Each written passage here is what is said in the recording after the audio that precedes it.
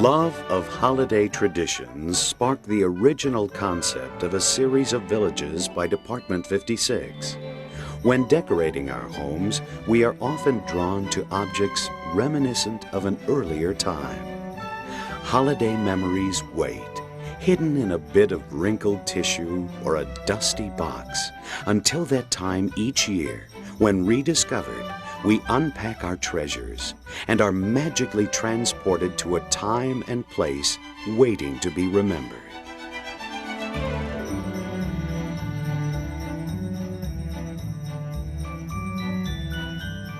Just imagine snow-laden trees, wreaths at the windows, and welcome mats out. In 1976, a holiday outing inspired the designers at Department 56 to create the original Snow Village. This nostalgic, ongoing series, with its charming period buildings and softly glowing lights, soon became a tradition. Each lighted design in the original Snow Village is handcrafted of ceramic and hand-painted to create the charming detail of a wonderful olden-day village.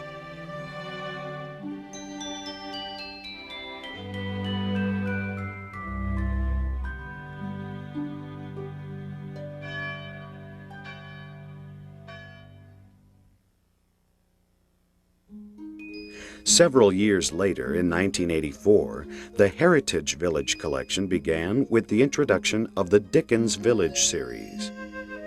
The charming details and warmth of the original 7 hand-painted porcelain shops and a village church quickly established this series as a favorite among collectors. Other series followed with the introduction of the New England Village, 1986. Alpine Village, 1986. Christmas in the City, 1987. And the North Pole series, designed in 1990 and introduced in 1991. Each charming piece of miniature real estate in any of the Department 56 villages is the final product of an intricate and lengthy construction process. Every design starts out as a creative idea, but before it makes its way to you, the collector, it goes through a fascinating series of developmental stages, from the initial design to the final packaging. During the next few minutes, we'd like to show you the many complicated steps that go into building one of our village pieces. Our staff of talented village master architects are responsible for creating the designs of our buildings, with, of course, imaginative input from friends, dealers, and collectors around the world. For each original design, a complete set of scaled drawings are drafted, which become the detailed blueprint for a new village building. Front, side, rear, and top elevations are precisely drawn and indicate exactly what each side of the building will look like, including all exterior details: windows, doors, shutters, awnings, porches, pillars, gables, dormers, chimneys, clapboard, and brick must all be drawn in exact proportion. The roof plan indicates all of the peaks, points, and shingles. Finally, a color break is created and laid over the drawing to indicate the proposed colors of all surfaces, facings, and trim. Next, a full-sized, three-dimensional paper model is constructed from these drawings. Both the drawings and the 3D model are used as detailed guides by the talented sculptor who transforms them into a clay model. The sculpting of each building is a complicated, meticulous process, which can take several weeks.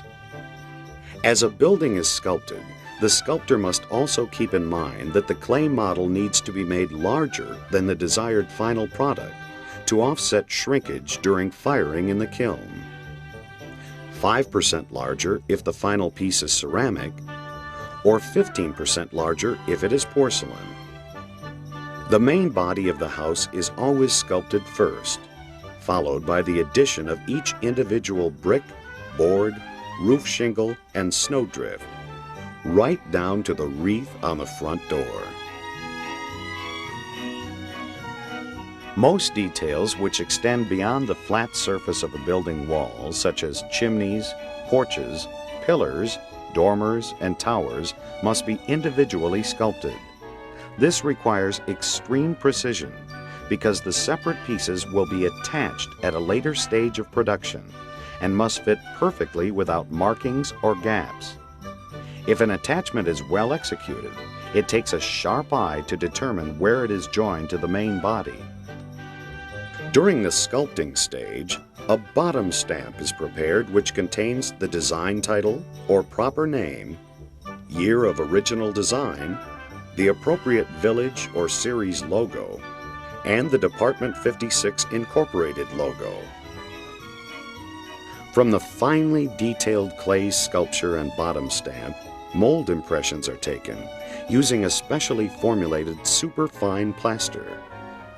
This first mold is called the mother mold. Through a series of complex processes requiring a high level of technical skill, the mother mold is transformed into what is known as a case mold. An extra hard, high-density composite is used to form this mold, so that during repeated usage, the mold will retain the sharp detail and quality that distinguishes all Department 56 village pieces. Production molds, made of a highly porous plaster mixture, are in turn produced from the case molds. These molds are made up of several parts. Final adjustments are made to the production mold to assure a perfect fit. Banded together, they form a cavity into which the liquid clay, slip, is poured. Unlike the case molds, the production molds are porous, wearing out after as few as 30 to 40 castings. Once a piece is retired, molds are broken and destroyed. Slip casting is the first step in the actual production of a village piece. Large wheels of clay are blended with water and homogenized into smooth, creamy slip.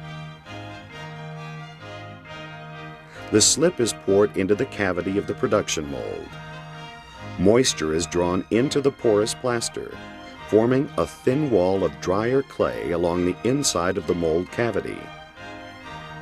After a short period of time, excess slip is poured out, and the mold is left idle to allow the clay body to harden. Finally, the mold is unbanded and the parts carefully removed, leaving a hollow, semi-firm clay structure. Mold lines are gently sanded and sponged away. All other attachments for a village building are then cast in the same way. Now the pieces are ready for an important step that will create their characteristic warm, magical glow. Before the pieces are fired, the window and door openings must be hand-cut from relatively soft clay. This later allows the warm light to radiate through the open doors and windows.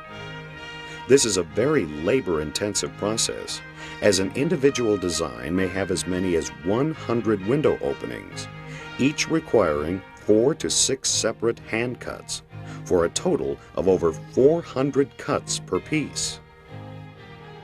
Attachments such as chimneys, pillars, porches, and dormers are carefully added using the slip mixture.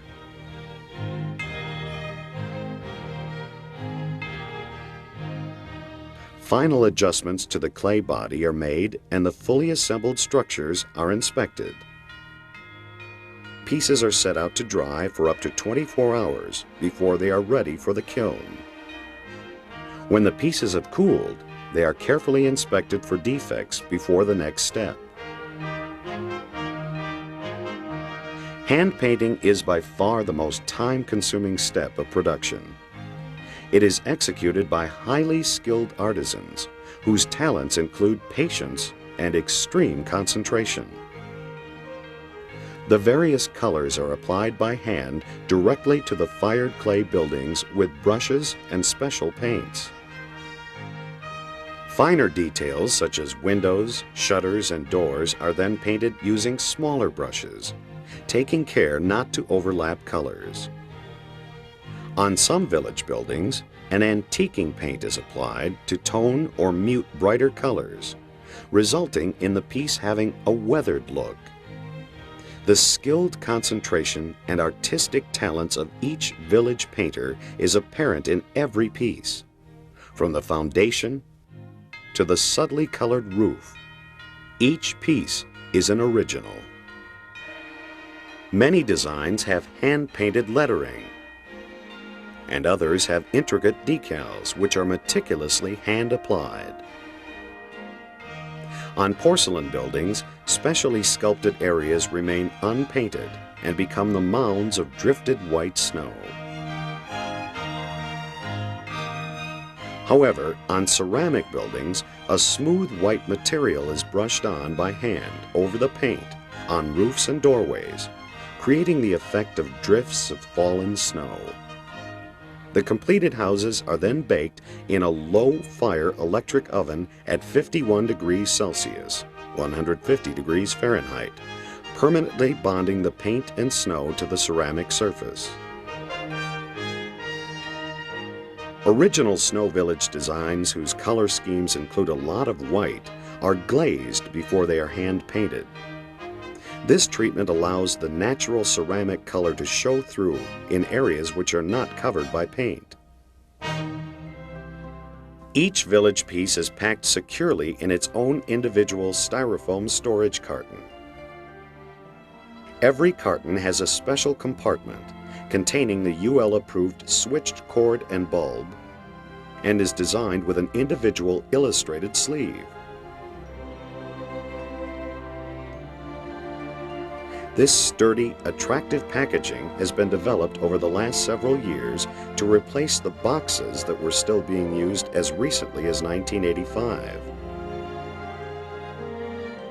The new packaging protects the pieces during shipping and provides a convenient method of repacking so that your collection can be safely stored for many years to come. The same care and attention to detail that is taken with lighted village pieces is also taken in the design and manufacture of each accessory. The first introduction of ceramic accessory pieces occurred in 1979, when the original set of 3 carolers started singing beneath their holly-covered lamppost in the original Snow Village.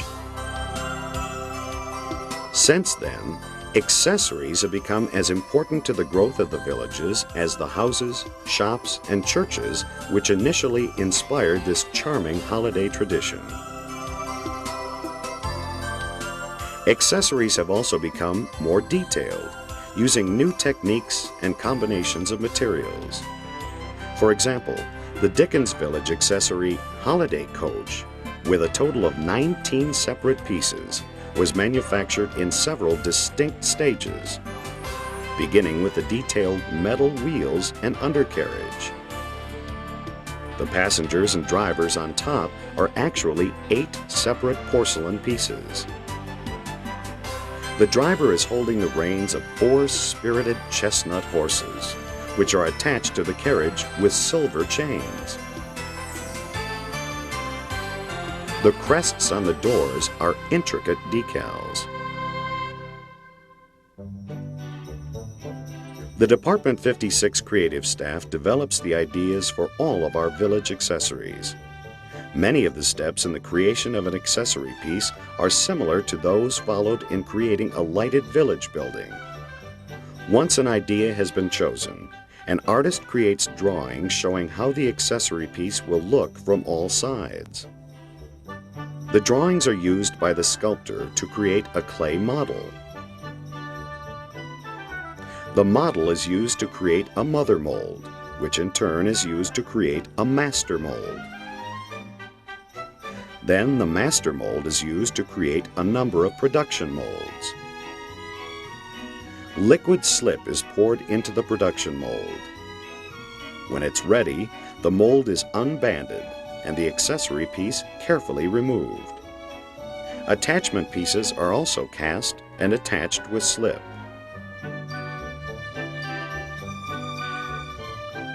As the accessory pieces are hand-painted, each figure is given the same attention to detail as the larger lip pieces receive. Each tiny face is painted with brushes that can be as thin as a single hair. The degree of detail possible in this small scale is exceptional, and bringing life to these characters is quite a talent. The final touch for many accessories is the addition of other materials.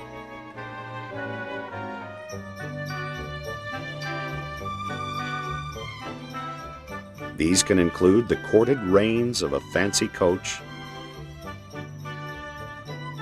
cast metal pieces such as wheels, park benches, or tiny pots and pans, or the addition of a small sisal tree or wreath.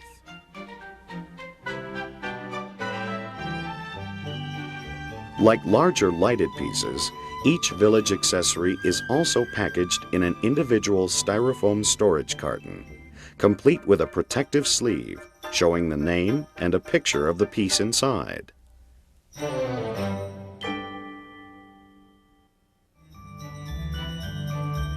Whether you choose the original Snow Village or any of the villages in the Heritage Village collection, be sure and look for the Department 56 logo.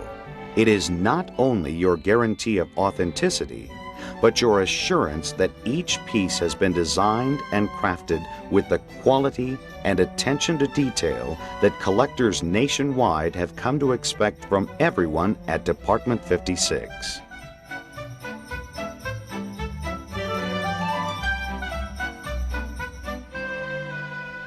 Yesterday's memories, tomorrow's traditions.